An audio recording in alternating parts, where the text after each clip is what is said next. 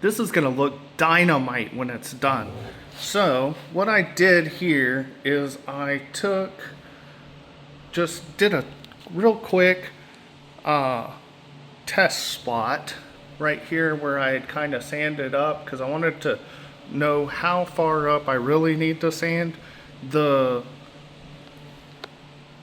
This polish, it doesn't look like it will take off the finish that was on before. You know, this is a clear coat that's right here that you're sanding off.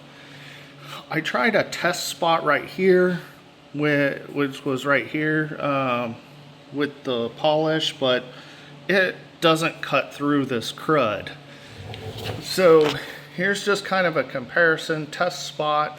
Man, that looks great. And then over here you can kind of see the polish that has that original coating. So wow, I think this is going to be the ticket. This is going to look really nice when it gets done.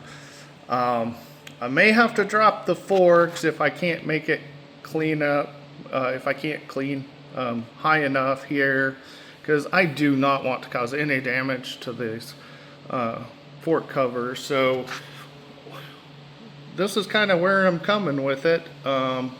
This is kind of hazy because I had a Scotch-Brite on it. I was trying to figure out what to do to get rid of this, but based on what I'm kind of finding, it really looks like this corrosion is actually the clear coat. You got to get that clear coat crud removed, and then, man, you can really polish it up. This is gonna look dynamite when it's done.